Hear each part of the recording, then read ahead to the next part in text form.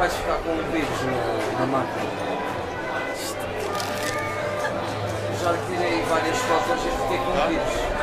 Cavalo de Troia. O que é que eu te pedi para assinar a carta? Porque na tua carta há muitos baralhos, mas com a tua assinatura, com o teto que tinhas de fazer isso, faz isso na tua carta. Lá na carta única. Agora o que eu vou fazer é pedir para pôr a carta onde tu quiseres. Eu não estou a fazer.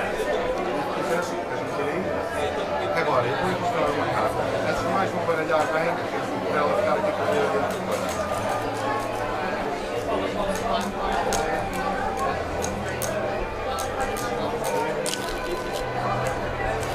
E agora, vou encontrar uma carta, vai ser a carta guia. O que é a carta guia?